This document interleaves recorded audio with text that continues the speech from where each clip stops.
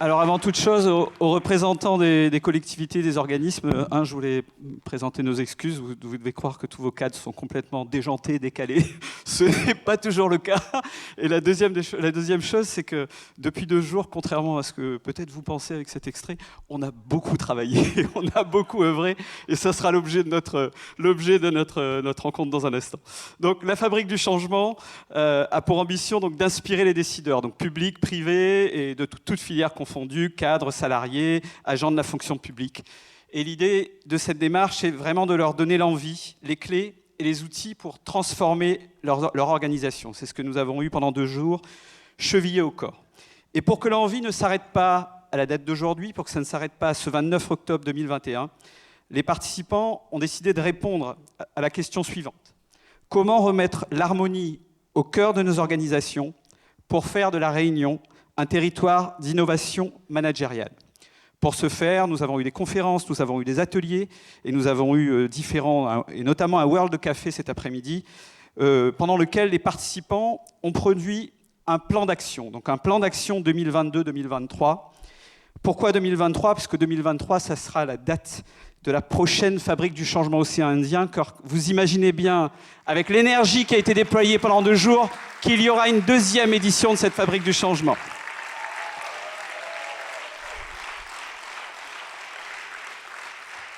Voilà. Et nous souhaitions donc que cette démarche soit tout à fait concrète. Donc nous souhaitons, je ne serai vraiment pas long, mais nous souhaitons donc remettre aux différents représentants présents ce plan d'action.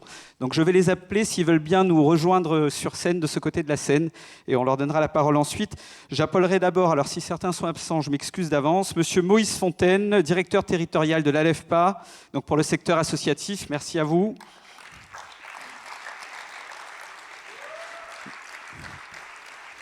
Donc, nous allons remettre à chacun des membres un exemplaire de cette contribution. Merci. Suivra, on peut y aller, Monsieur Thomas Giraud, donc directeur général de Zourit en représentation des PME.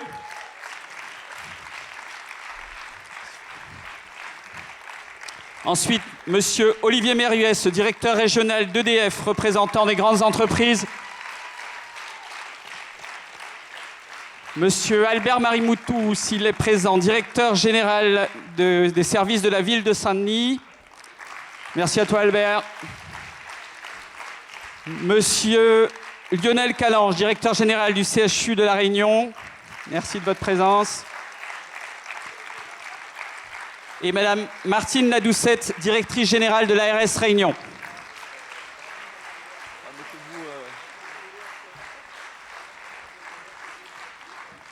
Voilà, donc un exemplaire des propositions a été remis à chacun de ces représentants et on leur passera un micro. On donnera la parole en premier à Monsieur Moïse Fontaine, s'il vous plaît.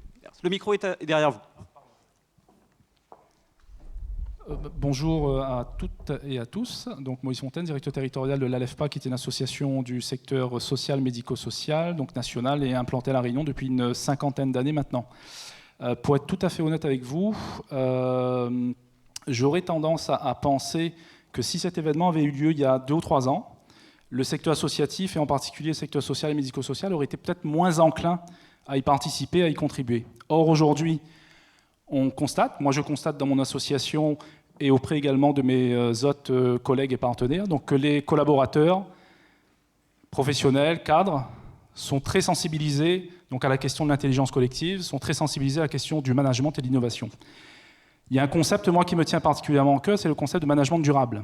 Donc durable, parce qu'il s'inscrit dans le temps, durable parce qu'il doit être soucieux et respectueux des écosystèmes et surtout de l'humain, des personnes que nous accueillons dans le cœur de notre cœur de métier, donc dans nos activités, mais aussi les professionnels avec lesquels nous travaillons. Et j'ai envie de croire que le plan d'action qui se trouve dans mes mains donc, donnera un petit peu de dynamique et de perspective de travail. Et rendez-vous est pris là pour dans 2 ans, donc pour qu'on puisse remettre en actualité donc, nos préoccupations et les enjeux d'aujourd'hui et de demain. Voilà. Merci à vous, Monsieur Fontaine. On donnera un autre micro à Monsieur Giraud, le temps de désinfecter les micros comme il se doit. Donc Thomas Giraud, directeur général de Zourit pour le représentant des PME.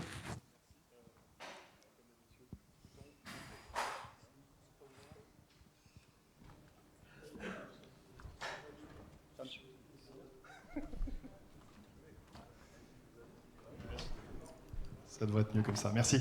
Oui, merci à vous pour, en tout cas, cet magnifique événement.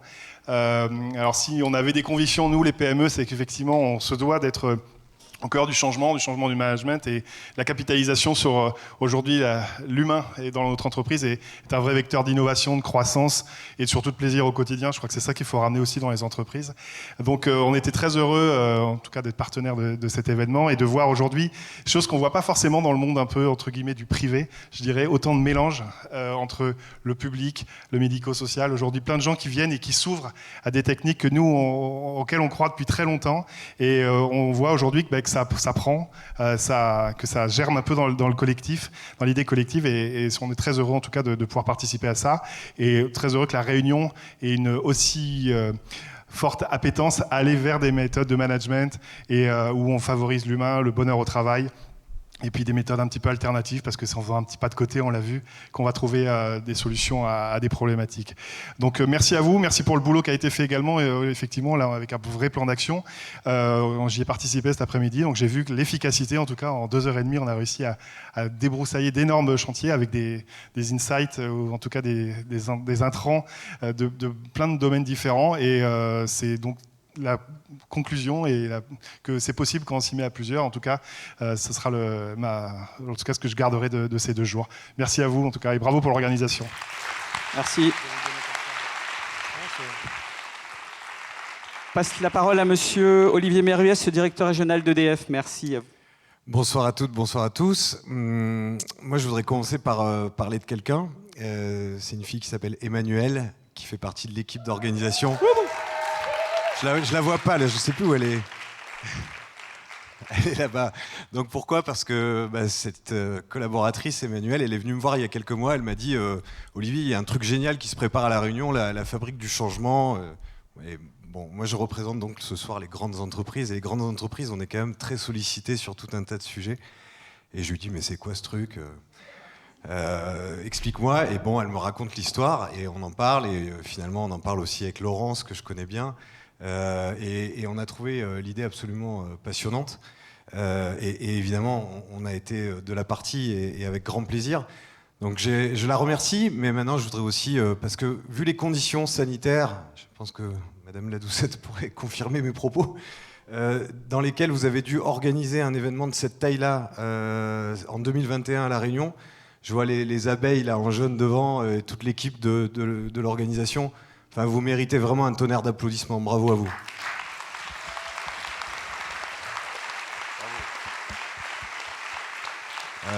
Je crois que c'est d'après ce que j'ai compris, j'ai pas pu assister à toutes les séquences malheureusement, mais ça a l'air d'être une très très belle réussite. En tout cas, c'est la chaleur qui s'en dégage ce soir qui le montre.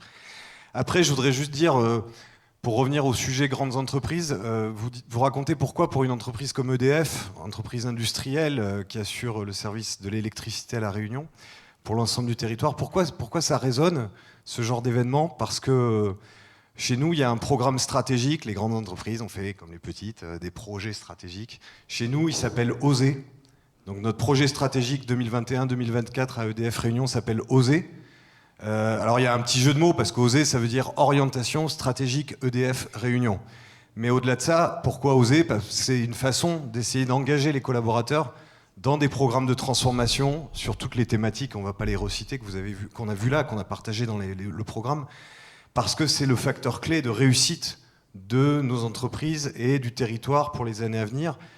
Je reprendrai aussi à mon compte une formule qu'utilise souvent un collègue et ami du groupe Leclerc, Pascal Tiaokin, qui dit « La réussite de La Réunion passe par le faire ensemble ». Et le faire ensemble est un concept qui de plus en plus va avoir beaucoup de valeur pour nous. On ne peut pas réussir tout seul. Je pense que ce genre d'événement, ce genre de partage et d'incubation collective sur tous ces sujets est un facteur clé de succès pour notre avenir commun. Donc là aussi, je crois qu'on va, et les collaborateurs d'EDF qui ont participé, pour moi aussi, pour l'ensemble de l'entreprise, on va en tirer un très grand bénéfice. Donc merci beaucoup pour ce bel événement. Merci, monsieur Meruès. Monsieur Albert Marimoutou, directeur général des services de la mairie de Saint-Denis. Bien. Bonsoir à toutes, bonsoir à tous. Donc, au niveau des collectivités locales, Nous sommes, en tout cas je suis heureux qu'on ait choisi de proposer de remettre ce fabuleux document dont je vais prendre connaissance à la collectivité territoriale de Saint-Denis, parce que, comme vous le savez, les collectivités territoriales sont les fabricants de la transformation urbaine, sont les fabricants de la transformation sociétale et du bien vivre ensemble. Et je pense que vous pouvez tous l'attester quand vous circulez dans la ville de Saint-Denis, et les embouteillages en attestent en ce moment, que c'est une ville qui est en pleine transformation urbaine, depuis des années, mais depuis 1 an également, avec beaucoup de choses qui changent, une attractivité nocturne, des hôtels, des cinémas qui s'ouvrent ici ou là. Et bien évidemment, c'est un parti difficile pour des collectivités des DOM qui assumons notre développement depuis moins de 70 ans, comparé à des grandes villes. Et parfois, je suis très impressionné qu'on ose comparer Saint-Denis à des villes comme Montpellier, comme Clermont-Ferrand, juste pour dire qu'on est peut-être moins bon, mais comme nous sommes sur le chemin de la patience et de la performance, nous y arriverons. Et simplement vous dire que pour faire ce mieux vivre ensemble, derrière, il y a une équipe municipale engagée, avec ses ressources, avec ses modestes moyens. Et aujourd'hui, comme on le sait tous, la force des réseaux sociaux, l'exigence de l'usager font que cette collectivité parfois doit souffrir la revendication, doit souffrir la demande de confort et de bien-être. Et moi, si je suis là ici, c'est pour témoigner de l'effort et de l'engagement d'une collectivité locale et des collectivités locales en particulier pour accompagner l'humain au sein de nos organisations, parce que nous sommes des humains au service des humains. Nous avons besoin de vous, nous avons besoin de tout le monde pour innover, pour changer, pour co-construire. En tout cas, merci à l'équipe de la Fabrique du Changement de nous témoigner. Et je voudrais adresser ce remerciement au nom de la maire de Saint-Denis, de son équipe municipale et de mon collectif d'administration municipale. Merci à tous. Merci, M. Marimoutou, pour les collectivités territoriales. Je passe la parole à M. Lionel Calange, directeur général du CHU de La Réunion. Bonjour à toutes et à tous. Je suis très très heureux que la fonction publique hospitalière, à travers les 10 000 hospitaliers du territoire, parce qu'il y a le CHU évidemment, mais il y a également le CHOR, le GHER, l'établissement public de santé mentale, soit associé à la Fabrique du Changement, parce que effectivement le changement à l'hôpital il est permanent. Pour celles et ceux qui sont à La Réunion depuis très longtemps, je pense qu'on peut regarder les transformations visibles de l'hospitalisation publique à travers tout ce qui a été fait ces dernières années en termes de bâtiments, de construction. Et évidemment, l'hôpital, c'est 10 000 personnes à La Réunion, 10 000 personnes qui, 24 heures sur 24, 7 jours sur 7, 365 jours par an, travaillent, œuvrent pour la santé des Réunionnais, de Mayotte, de la zone océan Indien. Et je crois qu'on peut les applaudir. Covid ou pas Covid, ils sont tous les jours présents.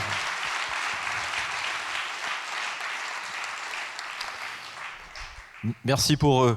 Je dirais que si on regarde les enjeux du management à l'hôpital, il y en a beaucoup. L'hôpital, c'est 155 métiers au service de la santé, de la qualité des soins tous les jours. Donc il y a des métiers qui sont porteurs de sens très très forts, les métiers soignants, mais il ne faut pas oublier aussi toutes ces fonctions invisibles, les métiers techniques, logistiques, informatiques, administratifs. Et il faut embarquer tout le monde dans la transformation. Il ne faut pas morceler, il ne faut pas segmenter, il ne faut pas couper l'hôpital en deux entre les métiers qui seraient plus porteurs de sens et les autres métiers. Je crois qu'il faut inventer un récit et embarquer tout le monde à l'hôpital dans toutes ces transformations nécessaires à la qualité des soins.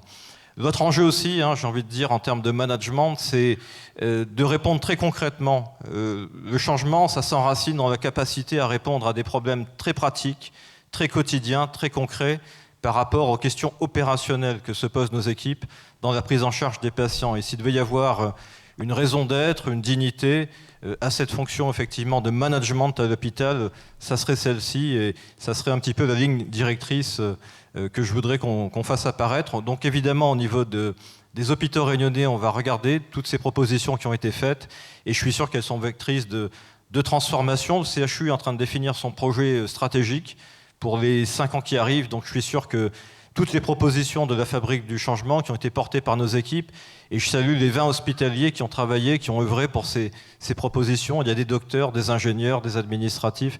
Je suis sûr qu'on saura tirer évidemment profit de toutes ces propositions-là. Merci aux organisateurs et merci à toutes et à tous. Merci, M. Calange. parole est à Madame Martine Ladoucette, directrice générale de l'ARS Réunion. Mesdames, Messieurs, d'abord je veux exprimer un grand regret, c'est de ne pas avoir pu participer un peu avec vous à ces 2 journées de folie. Ça m'aurait bien décrassé les méninges et ça m'aurait bien fait plaisir. Voilà, donc ça c'est le premier point. Le deuxième point, puisque je suis là au moins pour la clôture, c'est vous dire, effectivement, de par mes fonctions à la fois précédentes et actuelles, je crois bien connaître au moins le milieu sanitaire et médico-social, et pour prolonger ce que dit à l'instant Lionel Calange, je sais bien à quel point tous les dirigeants et responsables de ces milieux sanitaires et médico-sociaux sont vraiment confrontés à la nécessité d'améliorer en continu le changement, et donc d'améliorer aussi perpétuellement la préparation et la conduite du changement. Et tout ça dans un contexte objectivement de plus en plus difficile, avec des enjeux quand même de plus en plus importants. Le premier, c'est quand même de donner et de garder du sens au travail. Et on pourrait croire que, naturellement, le milieu sanitaire et le milieu médico-social étant très porteurs de sens, on pourrait croire finalement que c'est facile de recruter, d'attirer et de fidéliser. Et on s'aperçoit que ce n'est pas le cas. On parle même en ce moment très précisément de crise de vocation, en particulier à l'hôpital. Et ça s'explique. Ça s'explique par le fait que plus ces milieux sont porteurs de sens intrinsèquement, plus ils sont aussi, malheureusement, générateurs possibles de déception et de frustration. Donc c'est objectivement la première difficulté. La deuxième difficulté, c'est évidemment d'entretenir, ça va avec, la motivation. Mais on a longtemps cru qu'on était un peu comme des robots et que finalement on pouvait considérer qu'il n'y avait qu'un seul levier de motivation, un peu identique pour tout le monde, de préférence tangible, matériel, voire pécunier. Et puis on s'aperçoit que ce n'est pas le cas. Et on s'aperçoit qu'il y a autant de leviers de motivation possibles que d'individus. Alors évidemment, ça complique singulièrement la chose. La troisième difficulté, c'est de concilier de plus en plus justement les aspirations individuelles qui sont de plus en plus fortes, qui s'expriment de plus en plus fortement avec le collectif. Parce que les milieux sanitaires et médico-sociaux, ça ne fonctionne pas sans le collectif, mais vous allez me dire que toutes les entreprises et toutes les collectivités que vous représentez aujourd'hui, c'est le cas. Et c'est quand même bien de se souvenir que l'intérêt général, l'intérêt collectif, ce n'est pas la somme des intérêts particuliers. Et ça, en tant que tel, c'est aussi une difficulté. La quatrième ou la cinquième difficulté, je ne sais plus, et l'enjeu, c'est de s'adapter en permanence et de plus en plus rapidement aux changements environnementaux, aux changements techniques, aux changements organisationnels. Et franchement, le milieu sanitaire, le milieu médico-social ne sont pas épargnés de ce point de vue. C'est une bonne chose parce qu'il y a de la technologie, ça va de plus en plus vite. À l'hôpital, c'est en particulier la robotique qui est déjà rentrée et qui va continuer à se développer. C'est bientôt l'intelligence artificielle. Et dans le médico-social, c'est aussi des aspirations de plus en plus fortes de la part des usagers, des bénéficiaires, de leurs aidants. C'est des allers-retours permanents entre le domicile et l'institution. Et c'est donc une autre façon, c'est un autre rapport aux attentes des usagers. Alors face à toutes ces difficultés, face à tous ces enjeux, il faut faire. Et vraiment, bravo pour cette initiative, parce que cette initiative, c'est votre ADN, vous l'avez dit, c'est propulser de l'énergie, ne pas se laisser abattre, ne pas se laisser tirer vers le bas par la tentation du défaitisme et de la sinistrose. C'est vraiment afficher une positive attitude, mais c'est aussi afficher une volonté d'être de plus en plus professionnel et dans toutes les dimensions de la compétence, le savoir, le savoir-être et le savoir-faire. Donc bravo pour ces initiatives, bravo évidemment pour la production de ce plan d'action qui en est la résultante, bien évidemment. Et pour autant, et je finirai par là, je crois que vous serez tous d'accord avec moi pour dire qu'il faut aussi savoir rester modeste et humble. Je crois que la crise Covid, du reste, nous l'a encore montré, parce que la crise Covid, elle nous a montré qu'on pouvait être formidable dans notre capacité à nous adapter, à produire, à trouver des solutions. Mais elle nous a aussi montré, et elle ne s'est pas finie, qu'on n'a pas su suffisamment, là encore, composer avec l'humain. La preuve, c'est qu'on voit à quel point les personnes ont souffert psychologiquement, mentalement de cette crise, et on n'a pas su suffisamment répondre à cette attente, à ces besoins.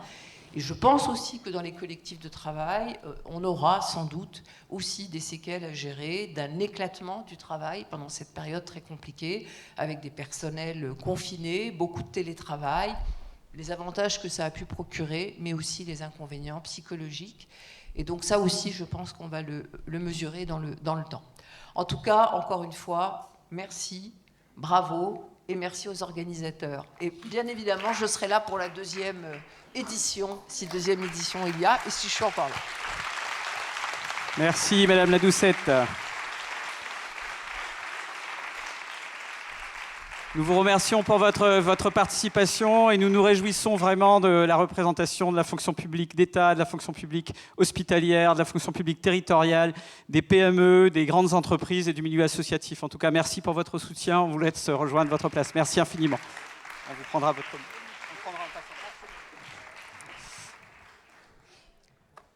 Alors, pour clôturer cette première édition de la Fabrique du Changement, alors est-ce que vous avez passé, comment est-ce que vous avez vécu ces 2 jours déjà?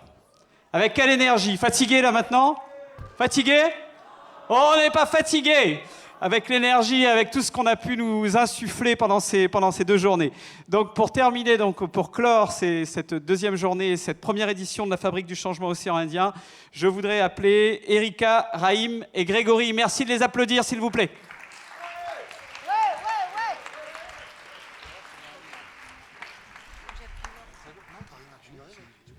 Chers explorateurs, chères exploratrices, chers rêveurs, chères rêveuses, chers faiseurs, faiseuses du changement, notre croisière des 5 sens sur l'archipel de la transformation touche à sa fin. T'es, Greg, Raïm, déjà fini là? Non. Qui ça là, le numéro de Dominique Pont là? Bien lui reviens. On a encore envie, moi je ne sais pas vous, mais moi j'ai encore envie d'entendre des conférenciers qui me bouleversent le cœur. J'ai encore envie d'apprendre dans des ateliers pratiques, des méthodes innovantes, pleines de bon sens. J'ai encore envie d'écouter des témoignages de dirigeants, de collaborateurs qui, juste avec leur courage et leurs valeurs, ont mis en place, ont testé des choses. J'ai juste encore envie de prendre le temps de me poser et de m'inspirer. Pendant ces 2 jours, vous avez été près de 500 participants, une 60aine d'intervenants, des talents, des trésors qui foisonnent ici, dans notre île. Cet écosystème est vibrant de passion, d'énergie. Tous ces faiseurs du changement, d'univers différents qui se rencontrent, qui partagent, moi, c'est comme un rêve qui se réalise. Et ce n'est que le début de l'aventure. Cette fabrique du changement, nous avons envie qu'elle perdure, qu'elle s'ancre sur notre territoire. Dans quelques jours, vous allez recevoir un questionnaire pour recueillir vos impressions, mais surtout vos idées, pour nous aider à construire, à bâtir ensemble la 2e édition de la Fabrique du Changement de l'Océan Indien en 2023. Celle dont vous rêvez, celle dont vous avez envie de voir.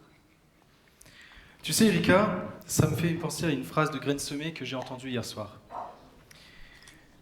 Il arrive que mon cœur, à l'approche d'un cyclone, soit content d'oublier les grandeurs d'un diplôme. Ôtez la Réunion, pendant ces 2 jours, nous tous ici présents, nous avons incarné le cyclone du changement. Nous avons vu, entendu et partagé des expériences, certes formidables, ou qui n'ont pas forcément marché, mais qui nous ont tous permis de faire un pas de côté. Nous avons entre nos mains la possibilité de redonner une place centrale à l'humain dans nos organisations. Nous tous, nous sommes les décideurs du changement. Nous avons un souhait, c'est que nous tous, nous fabriquions la réunion de demain. Une réunion qui ose, qui innove, qui invente, qui prend soin, qui donne la main. Bref, nous avons cette chance unique, d'être un phare dans cet archipel de la transformation. Et j'ai envie de vous dire, vous savez quoi? Au pire, ça marche. Ôtez la Réunion. Merci.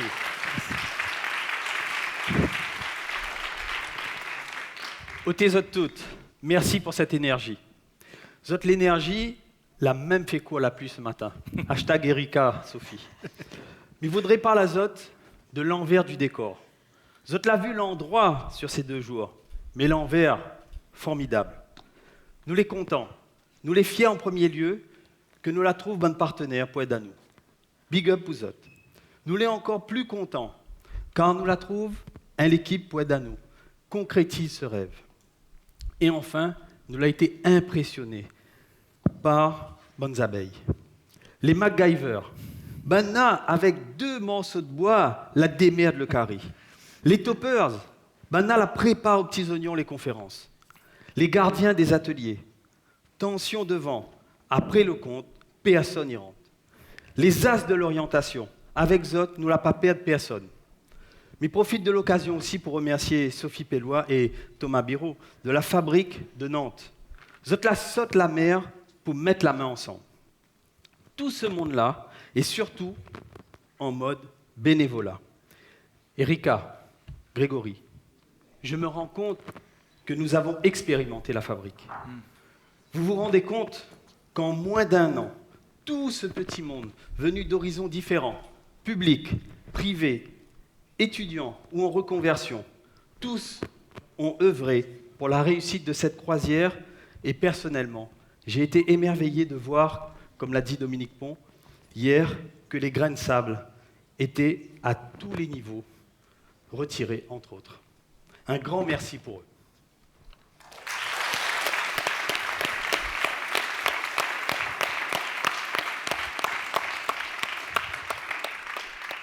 Laurence, Antoine, venez nous rejoindre. Viens avec nous. Alors moi, j'ai pas du tout envie de monter toute seule, puisqu'à chaque fois que je monte sur scène, je me fais moucater par un comédien. Donc maintenant, je suis un tout petit peu refroidie, je surveille s'il n'est pas dans le coin, si Thierry ne surveille pas mes faits et gestes et les ceux d'Antoine pour effectivement nous plagier. Et j'aimerais vraiment, maintenant, c'est le moment du collectif, et j'aimerais vraiment que ce collectif nous rejoigne, et les abeilles également, et je vous demande de les féliciter, de les applaudir très chaleureusement.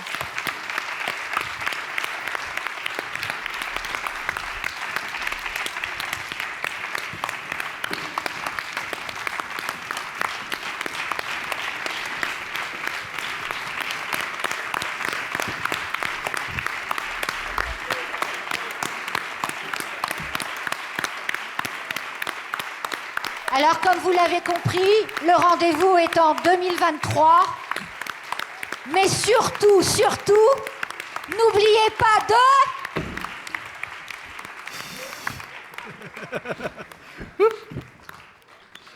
N'oubliez pas de regarder ce qui se passe autour de vous, oui. Et n'oubliez surtout pas non plus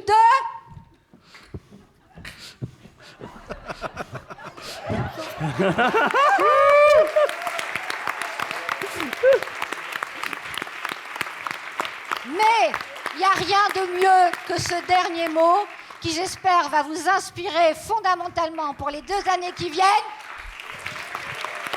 Et la musique. J'ai pas de musique. Musique, s'il vous plaît.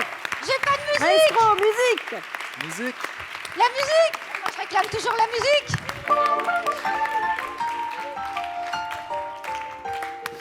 Alors vraiment, merci à tous.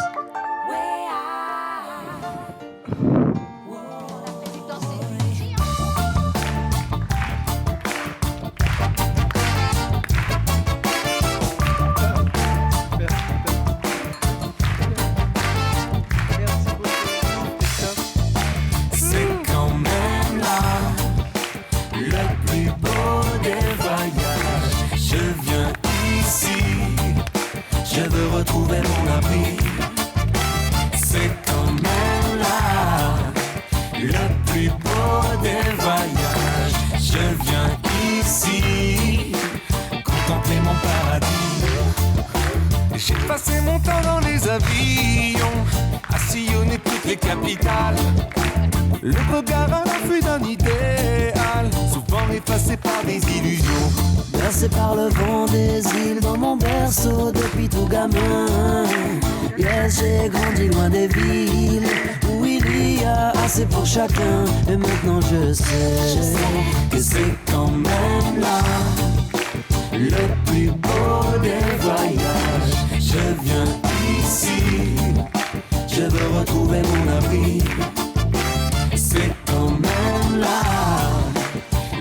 plus beau des voyages. Je viens ici. Voilà, on espère qu'on vous a embarqué pendant ces 2 jours.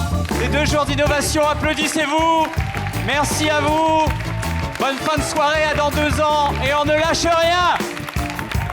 Je reviens toujours. D'année en année, le temps qui passe. Le soleil il m'aime en toutes saisons. M'éloigner pour des contrées lointaines. Nos grands fous à perdre la raison. Je n'ai jamais quitté l'amour de mes racines. Et depuis le début, je sais que ça n'est pas facile. J'ai beau m'en aller loin de tout ce qui fait ce que je suis.